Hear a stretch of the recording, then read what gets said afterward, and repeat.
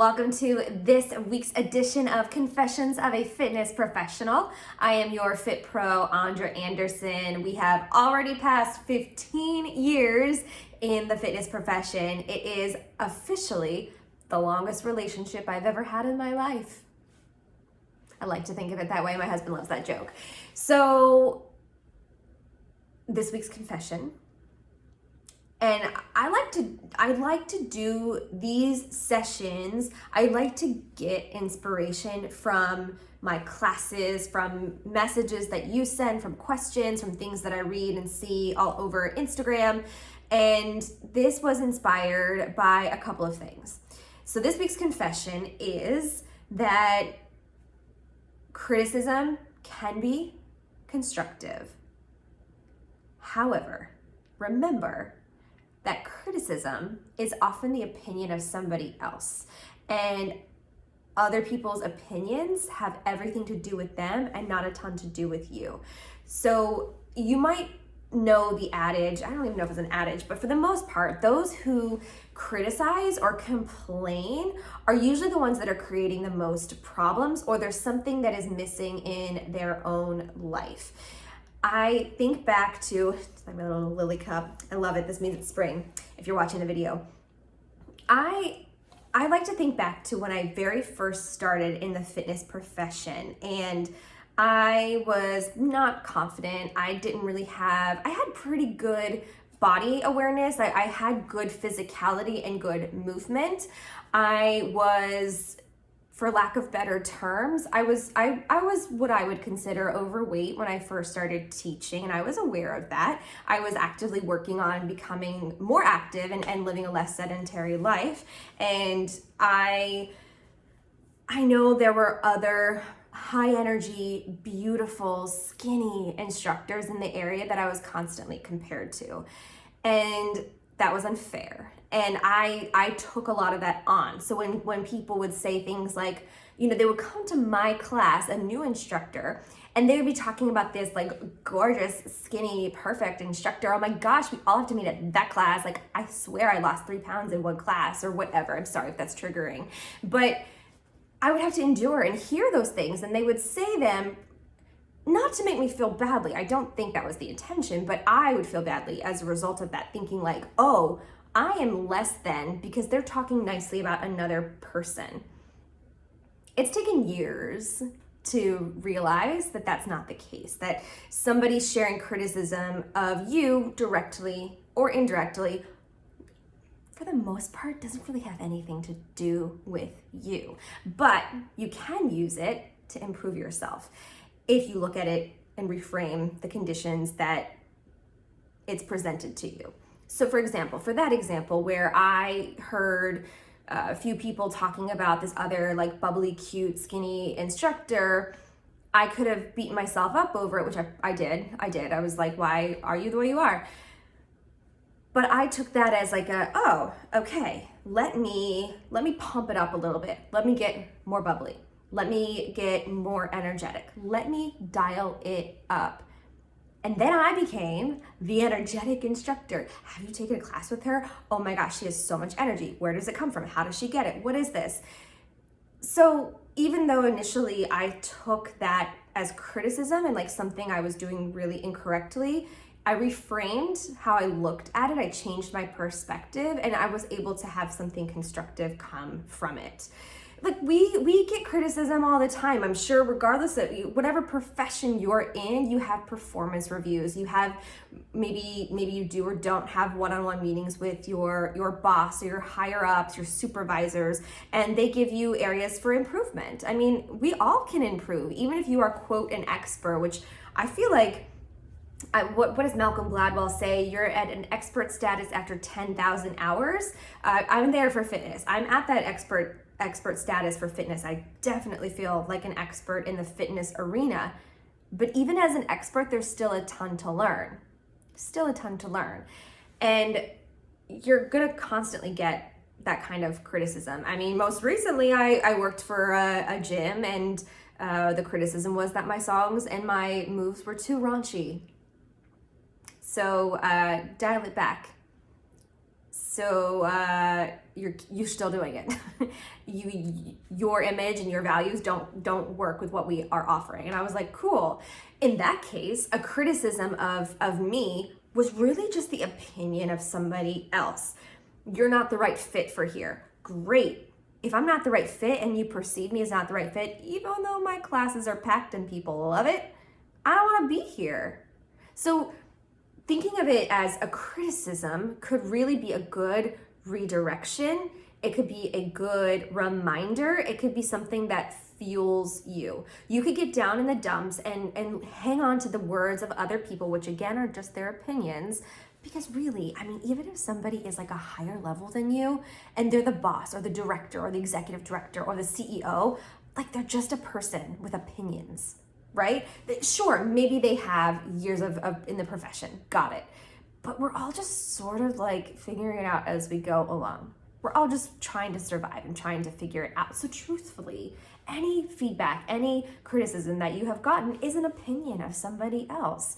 You can take it and try to improve yourself, or you can take it, say thank you, and move on to another place. I don't think either one is wrong. I think the wrong thing would be to take it as gospel.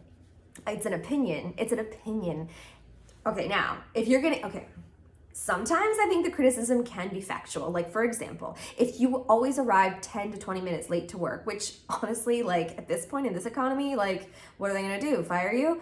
Probably not, because they need people. That's a factual thing. If somebody's criticizing, you're always late, period. I can show you the records of when you clocked in or when you arrived, or I can like have a video of you rolling into the place, whatever it is. Okay, fine. That's a factual criticism. But how they frame it and how they share it with you, you know, I've had cool bosses that were like, if you're gonna be late, like, stop and get me a coffee. Or if you take a little bit longer on lunch, like I know you're gonna meet the deadlines, that's fine. Or there could be bosses that are like, if you're not in your desk at 8:30 and you don't stay until 4:30, you're wrong.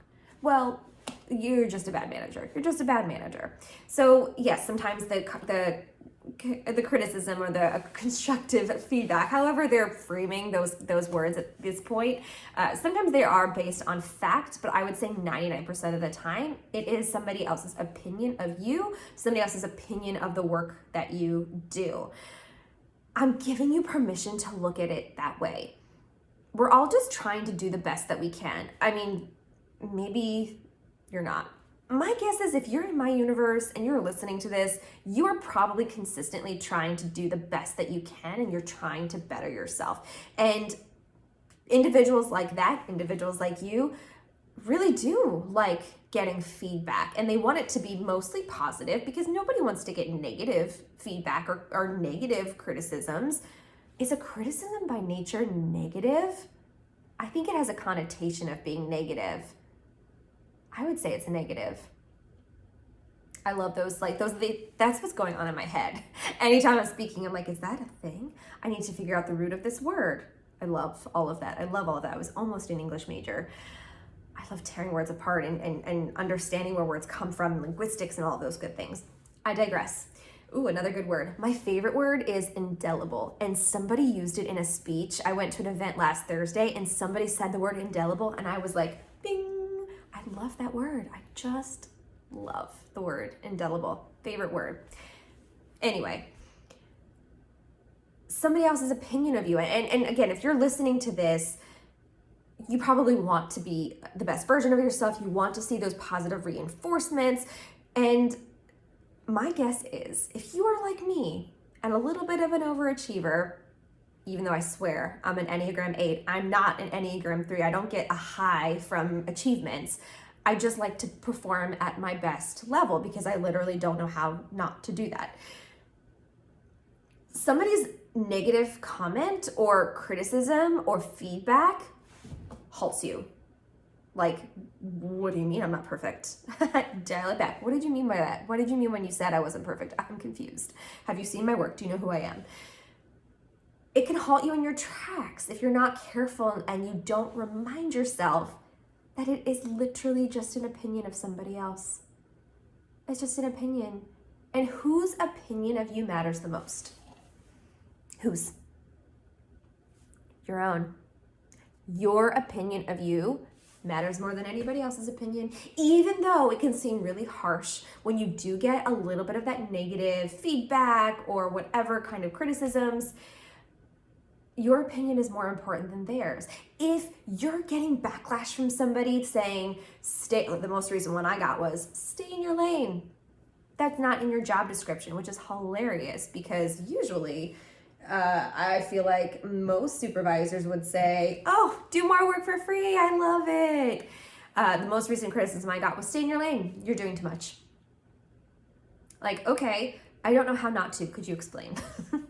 And I know that the quality of work that I do is really good and it is what I want to give.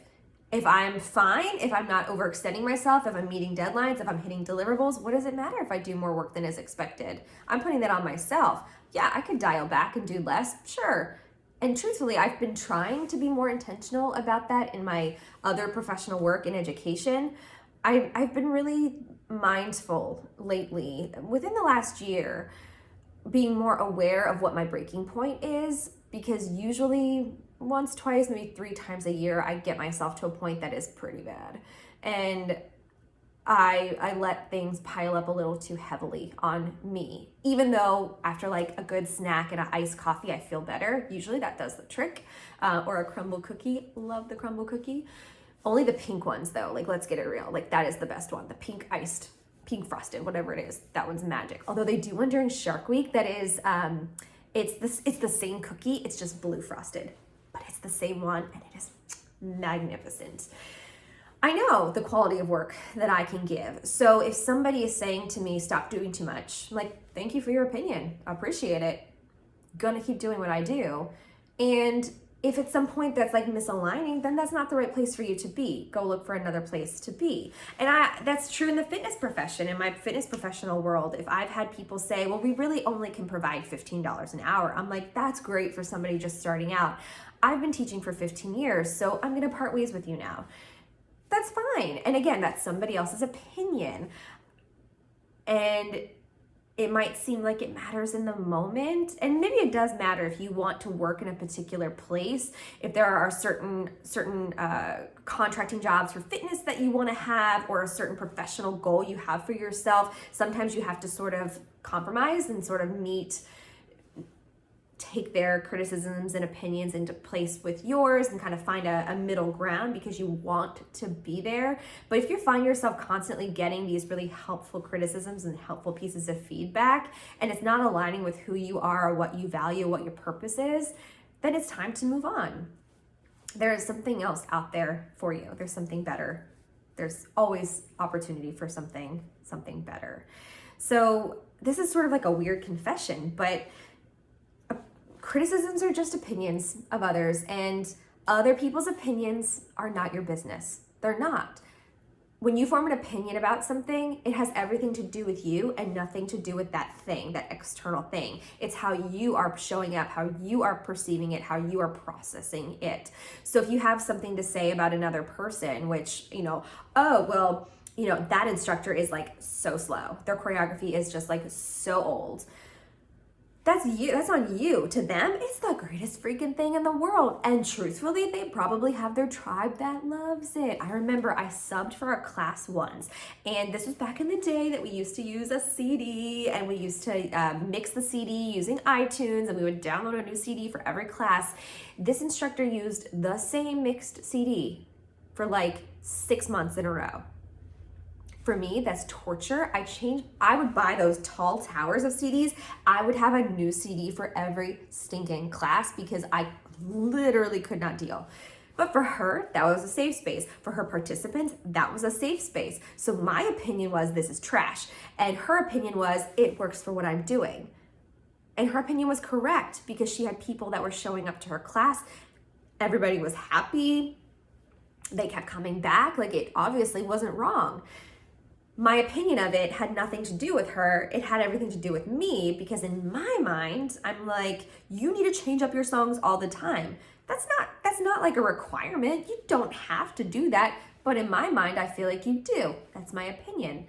She was successful what she was doing. I was successful what I was doing. They were both correct, even though my opinion was that it wasn't. That mine was, I don't want to say better, that it was just a different opinion, a different thing. So other people's opinions have nothing to do with you, and they have everything to do with themselves. Did you ever get that advice from a parent or a guardian? I feel like, I don't think I did growing up. I'm trying to remember who I first heard that from. It was probably like Rachel Hollis, truthfully, like Girl Wash Your Face or something like that, where it really brought home that idea of your perspective is important. Other people's opinions have nothing to do with you. Other people's judgments of you have nothing to do with you. And a lot of that comes with like unlearning. I mean, you're not going to be everybody's cup of tea, and that's totally fine, because you're probably iced coffee, which I think is better anyway. That's just the way that it is. So if you're feeling a certain way, if you're getting some kind of feedback that you feel was misdirected energy, it's probably because it was, right? Your gut, your heart, your mind is not wrong. If the vibes are off, you know, and trust that in yourself. Trust that in yourself. Remind yourself how amazing you are, how good you are at what you do, and just push that opinion to the side. Push the opinion to the side. Every single one of us high performers, high achievers has gotten a meets expectations review. We've all gotten it. Did it stop the world from turning around? Maybe, I don't know. Do eclipses count for that? I guess the world is still turning. It doesn't stop. If it dampens you a little bit, push through. Remember, it is just somebody else's weird opinion of you from their lived perspective, from their idea of what is correct. And just because they have a higher title than you doesn't mean that their idea of what is correct is necessarily the right thing. Only you know what is your best work and what is your best effort. So remember, criticism and negative feedback is really just an opinion. And I think you could probably break it apart and use it to get better. Bring awareness to a side of things like, oh, okay, well, I need to stay in my lane. Cool. I'll stop saying yes to all the extra things you hand me. Fine with that. That's great for me, because then I get my work done. Or what other, I had a criticism when I was first teaching like a cardio kickboxing class, that it was too slow, that we needed more variety. Okay, so I challenged myself to learn more, and it ended up being one of my most successful classes, because I really put the time and the effort into it, because I wanted to. I liked that format, and I wanted other people to like it too. So I put the time and the energy into it. I took that feedback and I said, okay, let's make it better. Let's do better. And it ended up being one of my best classes, which was great. So I did choose to take that opinion and use it to kind of make myself better. I think that's where growth happens. That's the beautiful thing about it. So if somebody's giving you negative feedback or judgment, just remember, it has nothing to do with you. It has everything to do with them. But you can choose to look at it from a growth perspective and use it to make yourself even just more better, more radiant than you were previously. You have that power. Give yourself that permission. That is this week's confession. As always, like, subscribe, comment. Let me know what kinds of questions you have, what things are happening in your world that you want me to touch on. I love hearing from you, and I want to share the things that are most meaningful and important to you, especially if they're about fitness profession. I love talking about that stuff, but we can talk about life and wellness in general as well. Thank you so much, and I'll catch you next time.